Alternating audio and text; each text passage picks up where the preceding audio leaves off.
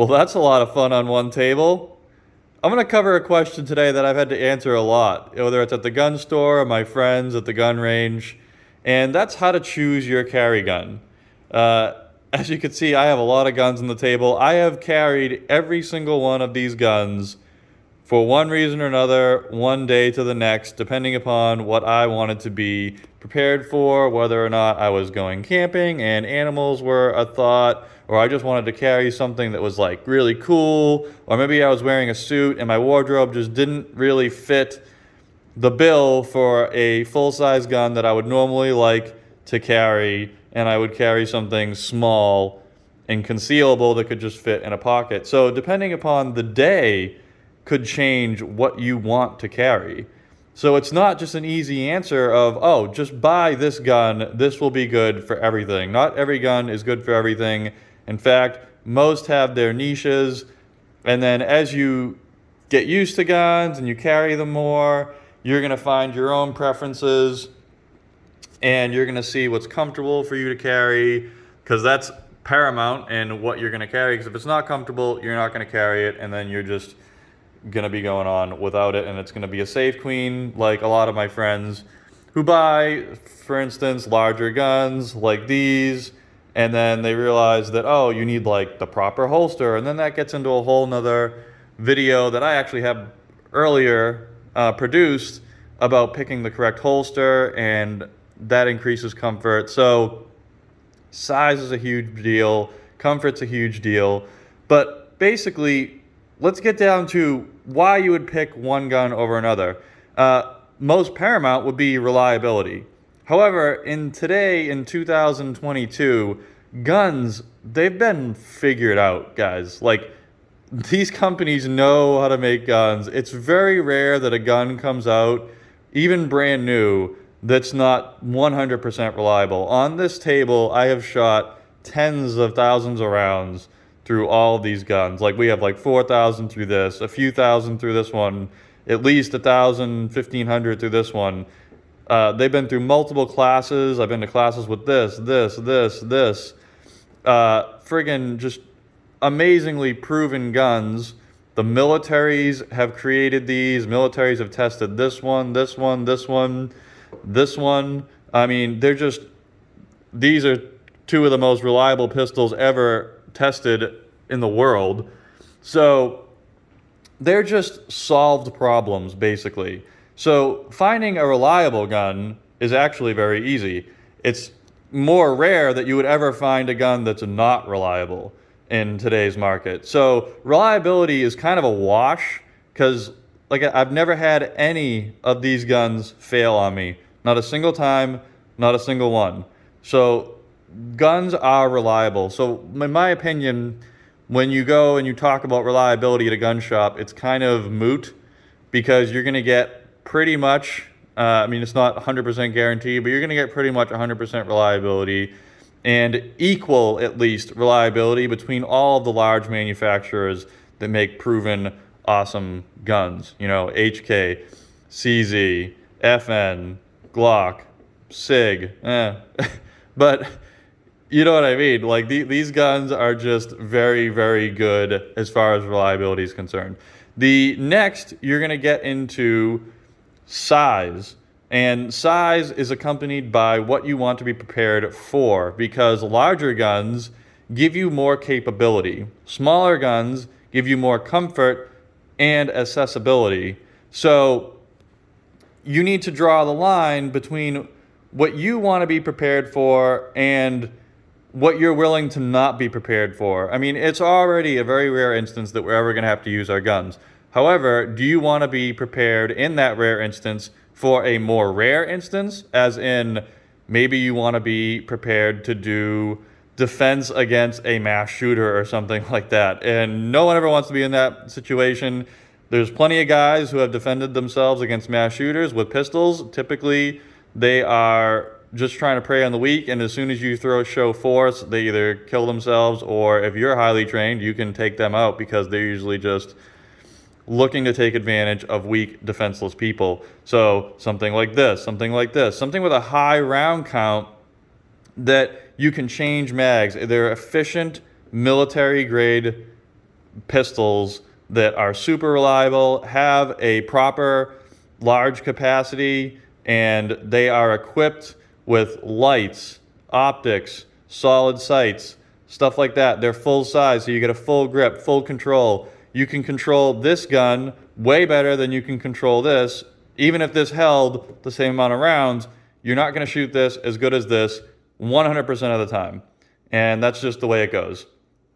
Something else to consider is maybe like home defense. That's if you're carrying inside your house. Stuff with silencers on it make a huge sense because now you're increasing your situational awareness. I've actually carried this quite often in public, at my house, stuff like that. And situational awareness, and just the fact that it's fucking cool, is the reason why you might carry something like this. This is an amazing gun. And if you can handle getting the proper holster and having the proper attire that you can conceal stuff like that, it's 100% valid. So what you want to be prepared for is a big deal. Like I said, I carry this if I'm going camping and maybe bear country, like big cat country, stuff like that. Stuff where defense against large, dangerous animals is a possibility in your head. Or I just might want to carry it for fun. I have holsters for this. I've made holsters for this. It's a very cool gun, 100% reliable in my experience. And that will be a reason why I want to carry that. Now you go down, like I said, to the small things where your wardrobe just doesn't match up with carrying something full size. I just can't carry this in a suit necessarily. I can't carry this in a suit necessarily. Same thing with this. But these can easily fit in a suit. They can easily fit in your car. They're easily put in a pocket, Stuff like that. I mean, you're not going to be capable to defend yourself against maybe multiple attackers or a mass shooter, obviously, with something like this. But if someone holds you up at gunpoint in a back alley, which has happened to numerous of my friends, these actually will get the job done. Because oftentimes just pulling even just a tiny gun, as soon as they see a gun, that's it. The weakness of you as a prey animal has disappeared, and now they're much less likely to continue the problem. And if you need to defend yourself, they are effective enough. They have been used effectively in self-defense, and they can be. So, generally speaking, I want to be more prepared to fight against someone who's ready to fight back. And in that case, you want something with a little bit more capacity. You want something that's a little bit more controllable, more efficient, stuff like that. So I'm going to carry something on the larger side. I typically like a more powerful round than, say, 9mm, or like this is a 32 ACP. I like 357 Magnum and 45 Super. These guns right here are all 45 caliber guns, 45 ACP, and you can put 45 Super in them. And then you have a more powerful round. You have a little bit less capacity, but you're holding generally 12 plus 1 to 13 plus 1 in those. And obviously this thing is just incredible, although it is kind of large, and I prefer this one over this, so I don't generally carry this, but 15 plus 1 at 45 is just absolutely amazing. This is a great home defense gun, stuff like that. That's stuff to take in consideration when you're thinking about, do you want a more effective round, so like round for round, or do you want more rounds? So that's a other debate that people can go on forever.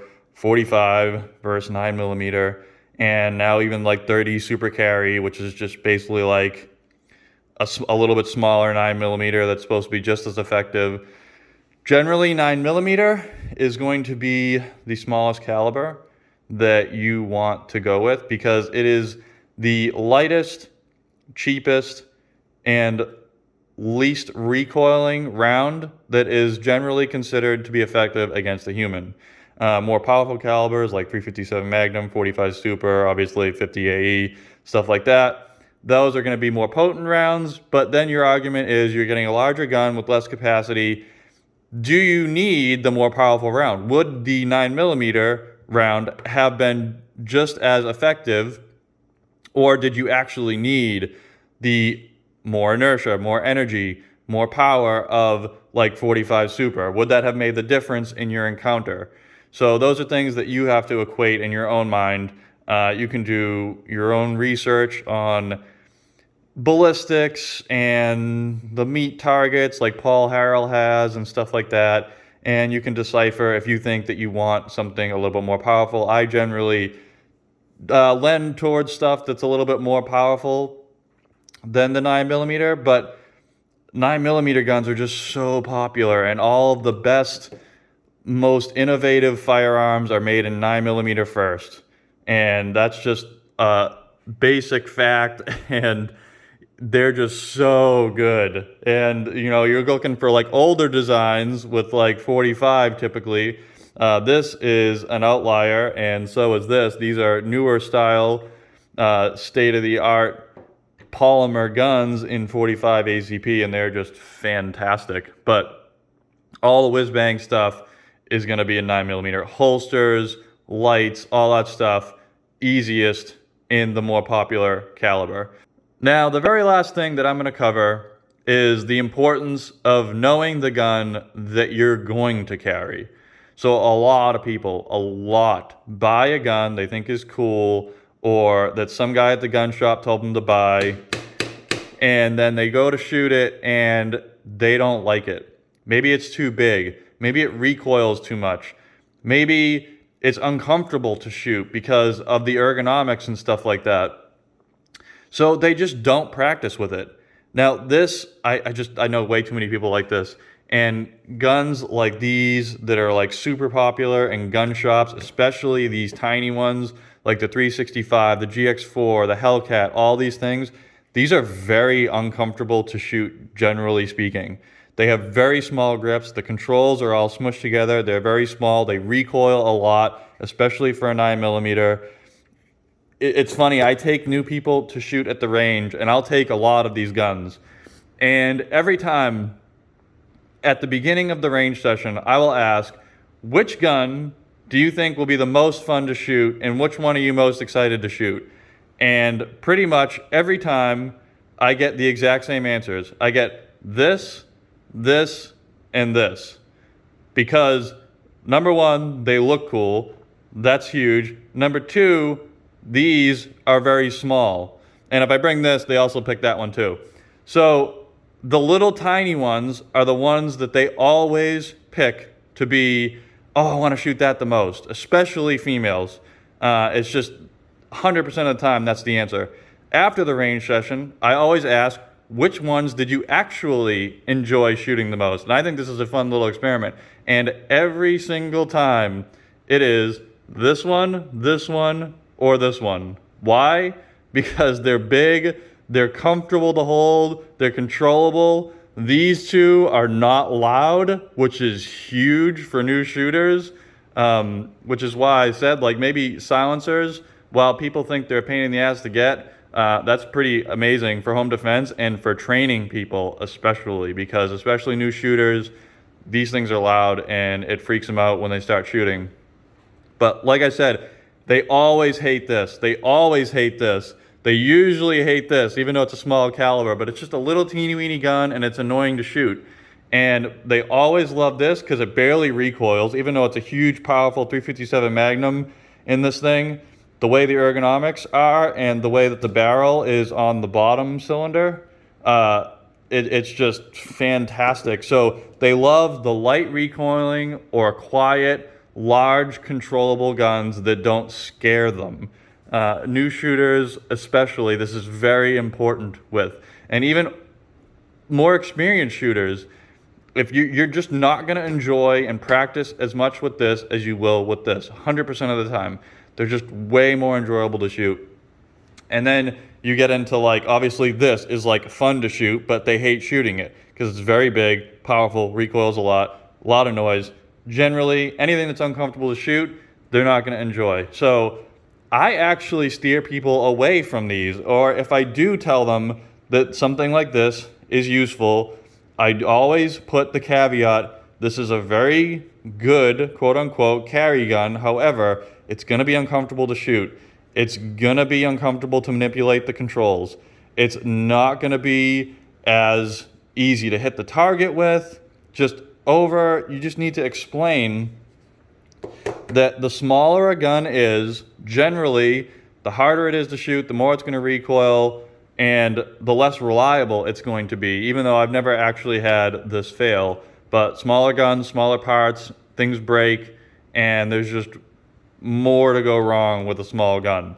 And then, like, obviously reloads are harder because now you have to, like, teacup the gun. Even girls, like, they have to teacup the gun. You have to hit the tiny controls and manipulate the tiny slide, and everything gets more complicated when you get to a tinier gun. There's a reason why, if you're going to be working with a gun, they choose something awesome like this. A full size, all the features are full size, everything is well thought out, perfectly designed, like this FN 509 Tactical, just an absolutely incredible gun. But not everybody can carry something like this. But they do make smaller versions of these, which is what I tend to lend people, or I tend to lead people to look at, which are the combat-oriented, well-thought-out, military-intended or work-intended guns that just are made a little bit smaller. So this is a compact XDM Elite in 45 ACP.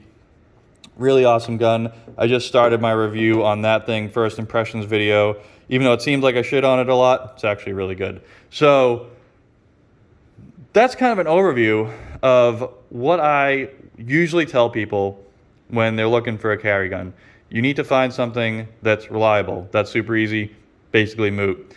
You need to find something that is comfortable to shoot. That's huge.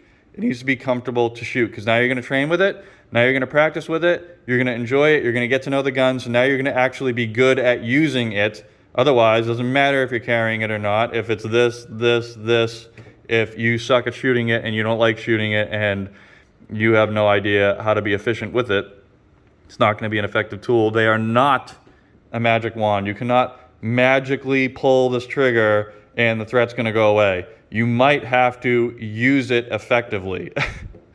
It might not just be, oh, bad's gone. No, you might actually have to aim. You might actually have to reload. You might actually have to be able to work the controls on the gun if it malfunctions. So this is all stuff to keep in mind. And last but not least, be prepared for what you want to be prepared for. If it's just one guy that holds a knife up to you, something like this is actually effective against that. Like, you can protect yourself with this. It's not the highest chance, whereas if something like this, you have a much higher chance. Something like this, you have a much higher chance. But this could be effective against that one guy who holds a knife on you in an alley. You pull your gun out and he fucking runs. Or if you actually had to defend yourself with it, it's useful. It's a 45 long Colt. You can do some stuff. So same thing with this thing. Just know what in your head you think is likely to happen and what you want to be prepared for. That's a huge thing. And practice. Practice is the most important thing about your carry gun. Know how to use it. Know how the controls work. Know how it works. Know what it does when it doesn't work. How it looks. What it feels like. You know? This is important stuff when choosing a carry gun. All right, guys. As I said, it's kind of a hint on which ones I carry the most because they have lights and optics and accessorized. But what you carry is up to your preferences, what you think might look cool, what you think feels good in your hand, and what you want to be prepared for. All right, guys, that's just a quick overview. I'll catch you later. Enjoy picking out your carry gun.